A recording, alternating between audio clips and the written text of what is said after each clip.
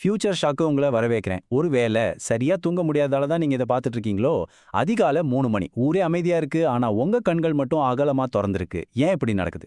இது சும்மா தற்செயலா நடக்கிற விஷயம் இல்ல. இதுக்கு பின்னாடி ஒரு அல்காரிதம் இருக்கு. ஆனா இது கம்ப்யூட்டர் கோடு கிடையாது. இது நம்மளோட பழங்கால உயிரியலும் நவீன தொழில்நுட்பமும் ஒன்னா சேரும்போது உருவாகிற ஒரு சக்தி வாய்ந்த 3AM அல்காரிதம். வாங்க இந்த மர்மத்தை உடைப்போம். இந்த கேள்வி உங்கள பல பேரை தினமும் துரத்திட்டு இருக்கலாம். கடிகாரத்தை பார்க்காமலேயே தெரியும் மணி சரியா 3ன்னு. ஒரு தடவை முழிப்பு வந்துட்டா போதும், திரும்ப தூங்குறதுக்குள்ள ஒரு பெரிய போராட்டமே நடக்கும். மனசுக்குள்ள 1000 எண்ணங்கள் ஓட ஆரம்பிக்கும், கவலைகள் சூழ்ந்துக்கும். ஏன் அதுவும் குறிப்பா இந்த 3 மணிக்கு மட்டும் அப்படி என்னதான் நடக்குது? முதல்ல ஒன்னு புரிஞ்சுக்கோங்க, இதுல நீங்க தனியா இல்ல. இது இப்போ ஒரு உலகளாவிய பிரச்சனையா மாறிடுச்சு. டெக்னாலஜி ரொம்ப வளர்ந்த நாடுகள்ல கிட்டத்தட்ட 45%க்கும் அதிகமான பெரியவங்களுக்கு இதே மாதிரி தூக்க பிரச்சனைகள் இருக்குன்னு ஆய்வுகள் சொல்லுது. சோ இது உங்க தனிப்பட்ட பிரச்சனை இல்ல, இது நம்ம காலத்தோட ஒரு மர்மம்.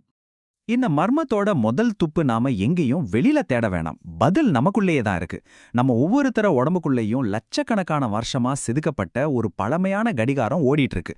அது எப்படி வேலை செய்யுதுன்னு புரிஞ்சுக்கிட்டா மட்டும்தான் நாம ஏன் இந்த 3 மணி சிக்கல்ல மாட்டிக்கிறோம்னு புரியும். சயின்ஸ்ல இதை சிர்காடியன் ரிதம்னு சொல்லுவாங்க. சிம்பிளா சொல்லணும்னா இது உங்க உடம்போட மாஸ்டர் கண்ட்ரோலர். எப்போ பசிக்கணும், எப்போ எனர்ஜியா இருக்கணும், எப்போ தூங்கணும்னு எல்லாத்தையும் இதுதான் முடிவு பண்ணுது.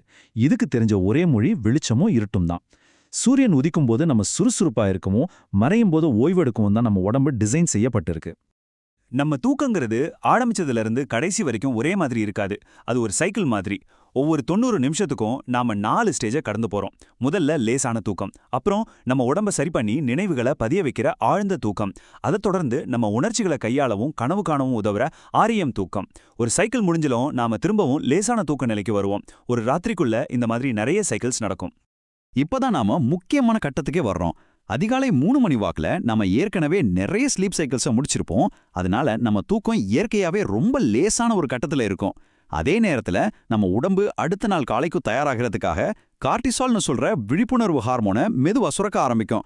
சோ லேசான தூக்கம், விழிப்புணர்வு ஹார்மோனோட ஆரம்பம், இந்த ரெண்டும் சந்திக்கிற அந்த சரியான நேரத்துல ஒரு சின்ன சத்தம் இல்ல ஒரு சின்ன தொந்தரவு கூட நம்மள முழுச எழுப்பி விட்டுரும்.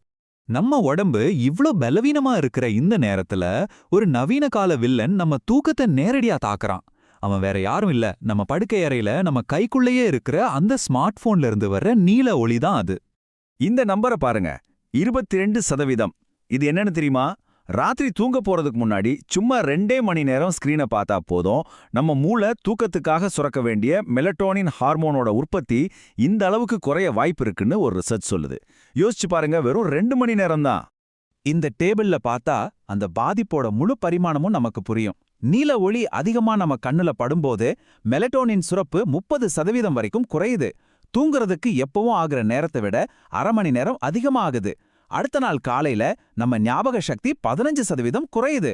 ரொம்ப முக்கியமா நம்ம உடம்பையும் மனசையும் சரி செய்யற அந்த ஆழ்ந்த தூக்கம் துண்டு துண்டா சிதறி போயிடுது. இது நம்ம தூக்கத்தோட தரத்தை எப்படியெல்லாம் பாதிக்குதுன்னு தெளிவா தெரியுது. நீல ஒளிங்கிறது கண்ணுக்கு தெரியற வெளிப்படையான எதிரி. ஆனா அதை விட தந்திரமான ஒரு மறைமுக கூட்டாளி இருக்கான். அது யாருன்னா, அந்த ஸ்கிரீன்ல நாம பார்க்கற கண்டென்ட்டும் அதை நமக்கு கொண்டு வந்து காட்டுற அல்காரிதமும் உருவாக்குற மனப்பதட்டம் தான். இது அந்த ஒளியை விட ஆபத்தானது. இத நாம தெளிவா 2ஆ பிரிக்கணும். நீல ஒளிங்கிறது உடம்பு சம்பந்தப்பட்ட பாதிப்பு. அது நேரடியா நம்ம ஹார்மோன்ஸை பாதிக்குது. ஆனா நாம பார்க்குற அந்த news, reels, social media post இதெல்லாம் நம்ம மூளைக்குள்ள ஒரு மனரீதியான தாக்கத்தை ஏற்படுத்துது. அது நம்ம மூளைய அமைதிப்படுத்துறதுக்கு பதிலா ஒரு விதமான கிளர்ச்சிக்கும் அதிவிழிப்பு நிலைக்கும் தள்ளுது. முக்கியமான விஷயம் என்னன்னா, இது எதுவும் தற்செயலா நடக்கிறதில்ல. இந்த ஆப்ஸ் எல்லாமே நம்மள அதுக்குள்ளேயே கட்டி போடுறதுக்காகவே டிசைன் செய்யப்பட்டிருக்கு. அடுத்த ரீல பார்க்க தூண்டுற டோபமைன் சுரப்பு, ஃபோனை கீழே வச்சதுக்கு அப்புறமும் ஏதாவது நோட்டிஃபிகேஷன் வந்திருக்குமோன்னு ஒரு மனப்பதட்டம், மற்றவங்க வாழ்க்கையை பார்த்து நம்மளை நாமளே ஒப்பிட்டுக்கிறது, அப்புறம் முடிவே இல்லாத தகவல் சுமை, இது எல்லாமே நம்ம மூளையை ஓய்வெடுக்கவே விடாம செய்யற சக்தி வாய்ந்த கருவிகள். இதோட கடைசி விளைவு தான் இந்த சக்தி வாய்ந்த வரிகள் சொல்லுது. எப்ப எல்லாம் நம்ம பெட்ல படுத்துட்டு வேலை செய்யறோமோ, சண்டை போடுறோமோ, இல்ல கவலையோட போனை ஸ்க்ரோல் பண்றோமோ, அப்போ எல்லாம் நம்ம மூளை படுக்கையை ஓய்வெடுக்கிற இடமா பார்க்கறத நிறுத்திட்டு அது ஒரு டென்ஷனான இடமா பார்க்க ஆரம்பிக்குது. இதுதான் ரிசர்ச்சர்ஸ் பாவ்லோவின் படுக்கைன்னு சொல்றாங்க. அதாவது பெட்டை பார்த்தாலே தூக்கம் வர்றதுக்கு பதிலா டென்ஷன் வர ஒரு நிலைமை. இந்த கேள்வியை கேட்கறதுக்கே கொஞ்சம் பயமா தான் இருக்கு. இந்த நீல ஒளி தாக்குதலும் அல்காரிதம் உருவாக்குற இந்த பதட்டமும் இப்படியே தொடர்ந்துச்சுன்னா நம்மளோட எதிர்காலம் எப்படி இருக்கும்? நாம மொத்தமா தூக்கத்தையே எழுக்க போற ஒரு தலைமுறையை நோக்கி போயிட்டு இருக்கோமா? இந்த டைம்லைனை கொஞ்சம் பாருங்க. கொஞ்சம் வருஷத்துக்கு முன்னாடி வரைக்கும் மனுஷனோட தூக்கம் சூரியனை நம்பி தான் இருந்துச்சு. ஆனா இன்னைக்கு நம்மள பாதி பேருக்கு மேல டிஜிட்டல் ஸ்லீப் டிஸ்ரப்ஷனால பாதிக்கப்பட்டிருக்கும். அப்போ எதிர்காலம் யோசிச்சு பாருங்க. 2035ல பறந்ததிலிருந்தே ஹைப்பர் எங்கேஜிங் ஏஐ கூட வளர்ற ஒரு தலைமுறைக்கு இயற்கையான தூக்கம்னா என்னன்னே தெரியாம போக கூட வாய்ப்பு இருக்கு. அவங்களோட தூக்கத்தையும் விழிப்பையும் இயற்கை முடிவு பண்ணாது, அல்காரிதம்கள் முடிவு பண்ணும். இது ஒரு இருண்ட ஆனா நடக்க வாய்ப்பு இருக்கிற ஒரு எதிர்காலம். ஆனா இதுல தான் ஒரு பெரிய முரண்பாடே இருக்கு. எந்த டெக்னாலஜி நம்ம தூக்கத்தை ஒரு பக்கம் திருடுதோ, அதே டெக்னாலஜியோட ஒரு பகுதியான ஏஐ இன்னொரு பக்கம் நம்ம தூக்கத்தோட ஒவ்வொரு நொடியும் கண்காணிச்சு அதிலிருந்து நமக்கு எதிர்காலத்துல என்ன நோய் வரும்னு கணிக்கிற அளவுக்கு வளர்ந்துட்டு இருக்கு.